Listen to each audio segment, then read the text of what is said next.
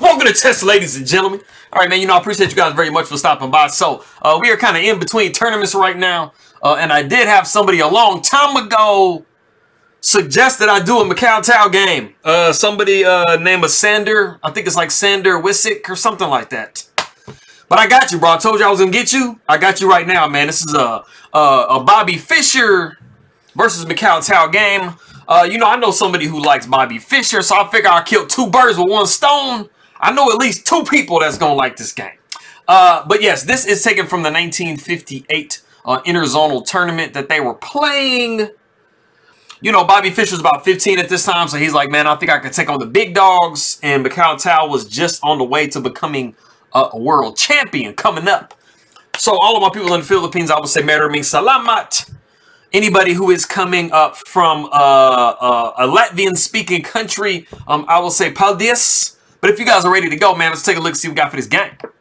All right, so we got e4, e5, knight goes to f3, knight to c6, bishop to b5. So this is very standard how they were playing back in the day in the 50s. We do see the move a6. We got bishop back to a4. So we have the Roy López opening, the Morphy defense. And this is the Columbus variation. So basically, you have a couple of options when you're in this position. You can go ahead and go the exchange variation, which I think in recent decades, the exchange has kind of fallen out of favor. It kind of equalizes the game a little bit too much, you know, get some pieces off the board. So a lot of players opt to try to keep options open with bishop to a4 or even bishop c4. Both of those are playable. We do see knight to f6. We got castles by white. And then we actually have the move bishop e7. And for those of you that are wondering, you're like, wait a minute. Did white just hang their pawn, bro? Like, is it just free? It is actually not free. It is because your king is stuck in the center of the board at the moment. So if you did see knight taking e4, it's not like it's lost if you went in that direction. But it is very good for white. We would see probably d4, b5, bishop b3, d5, making sure that we hold the knight because rook to e1 is going to be coming very quickly. And then we do see pawn taking e5, and we have gotten our pawn back. So everything that I just got done saying is completely null and void once you see this bishop e7 move appear on the board. Now you have to make sure you're protecting your pawn, man, because it's important. So we do see rook to e1. We got the move b5, knocking this bishop, getting some space on the queen side. We got bishop to b3. We got castles by black. We see the move h3. We got d6. We got c3. So for those of you that do play this or who have seen videos talking about this opening, it is a lot of positional kind of maneuvering. There are a lot of ideas in this opening, and basically, you know, white and black are just trying to do the best they can to try to place their pieces on really ideal squares. We do see knight going back to d7. We see the move d4. We got knight over to b6, and then we do see pawn taking e5, and this is the novelty of the game. As of 1958, they're like, hey, man, you know, Bobby Fischer's like, hey, bro, I'm going to go ahead and throw a novelty out there at you. So Macau Tao responds with pawn, knight taking e5. We got knight taking e5, pawn taking e5, and then queen to h5. Checkmate. No, wait. Okay, never mind. I'm not checkmating. But this is a very nice combination. If you're like super low rated. It's kind of scholars matey, so it's kind of like some Carlson type play. We do see queen going to d6. Obviously, as you guys know, the rook is here covering, so we're not scholar mating anybody, but you know. We do see the move queen to d6, knight's developing move. We do see knight to d2, bishop goes to e6. We do see knight going to f3. We got bishop taking b3 and then pawn taking b3. And some of you guys might be wondering, like, wait a minute. Like, doesn't this just damage your structure for, like, absolutely no reason? Well, the first thing you have to be paying attention to is that you are double attacking this pawn right here. So you have double threatened black. And another few things that you've done is this knight doesn't really live its best life on b6. So it's kind of trying to get back in the game somewhere. So that pawn, even though it is doubled, it is kind of taking care of this knight's movement going forward. And we do have a half open file for our rook right here. So we've kind of gotten some things as compensation. We do see knight going back to d7, and this is protecting e5. We do see the move b4. And this is just trying to restrict the knight even further. At some point, black's going to pretty much be able to try to do what they want to do with this knight. But for the time being, you want to try to put up as much resistance as possible, right? We do see rook f to d8. We got bishop to g5. We got f6. And one thing that's important to note is f6 is a definite like good move, but it does take away the most natural square for the knight for the time being. So black kind of, you know, played against themselves just a touch right here. We do see bishop going down to e3. That's one of the best natural squares anyway. We got queen stepping over to e6, rook e to d1. You know, because our pawn really isn't in danger, it is then that you want to start thinking of maximizing this rook a little bit more, putting it on this open file. So that is what we see Bobby Fischer do right here. We do see the move c5 because, like I said, black is desperately trying to get this knight a little bit more into play because as of right now, these two pieces, they're not like living their best lives, bro. We do see the move knight to h4, and this is a nice maneuvering move. We are thinking of trying to put this knight on this beautiful outpost square that you only can contest with a knight because this bishop is not a light color. So we do see bishop going back to f8. We got knight to f5, and then we have g6. Wait a minute, dude. Did I just lose? Like, did I fork my pieces, bro? And then you see this move. You're like, oh, okay. Yes. Bro, I've saved myself. I have pinned this pawn down to this king right here. So, we have actually reached a position. There is one move. Only one move that black can play in this position. If you want to pause the video and try to guess that one move, go ahead and do so.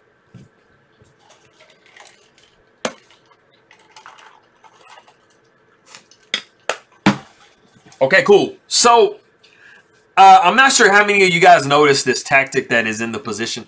But you actually have a knight to h6 check, and this queen is undefended at the moment. The only move to defend the queen is going to be king to f7. If you go queen back to e8, like recognizing that, you would be looking at knight to d6, and you are kind of put in a really, really bad spot if you do that. So king to f7 is absolutely the only move. You're basically just saying, I mean, after knight goes to h6 and that's check, I mean, you could take back with the bishop, and now the king is holding this queen. That is very, very important. You absolutely do not want to drop your queen. So we do see that variation come up. Knight goes to check. We got bishop taking, queen taking, king taking, bishop taking. And we pretty much have just traded down a little bit, but we did it with some oomph, bro. We got pawn taking b4 and then pawn taking b4. And yes, as white, you do have the double pawn steal. But like I said, you are restricting this knight. So you see that pretty much most of white's play has been geared at trying to make sure that this knight does not ever live any kind of life. Like, we don't want you to even be living, bro. So we do see rook d to c8. We got bishop back to e3. Just trying to restrict this knight even further. Rook goes down to c4, and I mean, something's going to kind of have to give. We really kind of want to give this pawn up, though, because it is doubled, like I said. I mean, we don't want to just kind of have the double pawns forever. We got rook going to d2. Rook takes b4, sacrificing the pawn. We do see rook a to d1, and now we are forcing our way through. We do see Mikhail go knight to f8, and that was actually the only move in the position. If you make the other move that kind of seems like it's like, hey, man, I'm holding it down, everything is good, we would probably see maybe like rook to d8, right? It looks like supernatural, right? But you're looking like, why is the bar going like that, dog? Well, this is the problem. You would be looking at rook to d6 with check, and really the only move that kind of holds on to things, because this knight is kind of dropping, right, is the move king to e7. You would be looking at rook takes d7 with check. The rook would take, but then you throw in this nice intermezzo, bishop to c5 with check.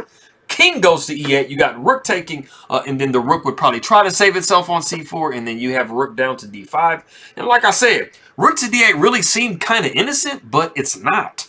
So that is why we see knight going back to f8, just getting out of dodge. But you see that this black knight has never really kind of gotten itself into a great position in the game.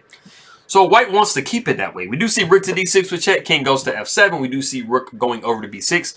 And we are really trying to work ourselves into this position if we are white. Rook takes b2. We're like, hey, man, give me a pawn. So now we are actually up 2 full pawns in the position. But it's crazy because white is for choice here. We do see rook d to d6. We got the move a5. You got those outside pass pawns, man. And, I mean, you really don't have a great way to kind of defend what you got going on right now with your king kind of stuck in the center. So we kind of have to get some counterplays somewhere. So that is what Tal is working on trying to do. We got rook to b7 with check. We got king up to g8. And then we actually see rook taking f6. And something I want you guys to notice in this position is you have this light square next to the king covered, but what about these dark squares, right? Well, what do you have? You have a dark square bishop, bro. So let's go bishop to h6, right? Start to cut off this king even further. And black is going to have to start kind of going in desperado mode right here. We would be looking at rook to c2, bishop to g7. We are working on getting rid of this pawn on f6 and putting our bishop in a really, really beautiful position, which we kind of will see come up later. The rook A will go to c8. We got rook taking f6, rook 2 to c6. We do see rook f to f7. And then, like I said, black has to start going into desperado mode with something like a rook to b6, trying to, you know, throw the rook over here.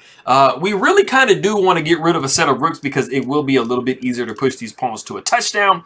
But we do not see that. Like I said, we see rook taking f6. And then we actually see the move rook to e8. And we have actually reached a point that I have a second guess the move for you in this position. It is a completely winning move. If you want to try to guess what move Bobby Fischer has to win the game, go ahead and do so.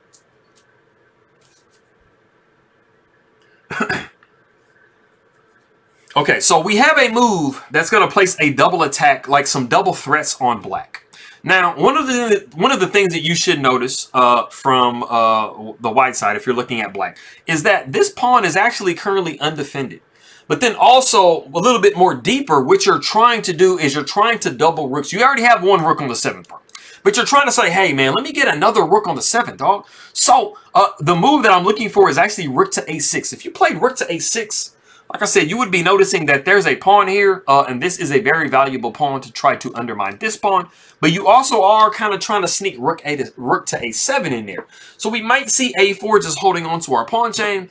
You would be looking at bishop to g5, rook to c2, bishop to f6. And knight would go to e6 to try to defend this position, because if you do not do that, you are looking at rook a to a7, and you are also looking at a rook to g7, in which that forces king to h8, and then rook to g6 is actually checkmate. So you have to do something, bro. So knight to e6 actually covers beautifully, but you still do see rook a to a7, and this is not a position that I want to be in if I'm black, bro. So like I said, we did see rook to e8, and we actually saw Bobby Fischer go rook f to f7. The only issue that you have in this situation right here is that you did it in the incorrect order. So the problem is now, knight to e6, which is what we actually see in the game, it actually prevents bishop coming up to g5. It actually prevents both of these moves. Any of these kind of like maneuvers that you want to try to get, look, that's a heart, bro. I didn't know I just created a heart, dog. I've never done that before. That's funny, bro. So any of you guys that watch this video, you got a treat that I just drew a heart unknowingly. But anyway, you are trying to kind of position this bishop, like I said here, and you will have some really, really severe dark square threats. But now we do not have that as a possibility. So black, Mikhail Tal has definitely weathered that storm. We do see rook taking h7. And then we do see the move a4. Like I said, man, there's really not a whole lot as black you can really kind of do about, you know, dropping some stuff here on, you know, if you are black. So you have to look for counterplay somewhere. We got a rook to a7. And the good thing about the situation, if you are black, is that you have now put white in a situation where they have to start defending the position. And that is what you see white doing here. So black definitely has a little bit of an initiative. We do see rook to a8. And we are trying to deflect your rook so we can grab your other rook. Like I said, pushing these pawns on the queen side is much easier with rooks off the board. We do see rook h to g7 with check. We got the king sliding over, and we actually see a repetition. And when we get in this position here, this is a threefold repetition draw. Some of you guys might be wondering, okay, well, hold on a second. Like, the knight is right there defending this whole thing, right? Like, what if I just throw the knight away and, like, take a rook? Like, I'm going to win in exchange, right? Isn't that what I want? Well, you actually get into a situation where you still can draw the game if you are white. We would see knight taking, the rook would be taking on a8 with check, the king would go down to f7, and we can, like, with a great distance, start checking some more. And we are putting black in a situation where we are going to just be pinning them down too much. The knight would probably jump right here, but we do see bishop to f6. That is a mate threat, but we are also getting rid of one of these pawns, and we are trying to put as much pressure as possible over here. So that is that game. I appreciate you guys very much. Maraming salamat na king makaibigan po sa nanonood ng aking mga video. Sviaki, I think that's how you say it. Sviaki. To all my people in Latvia. And I'm going to see you guys next time.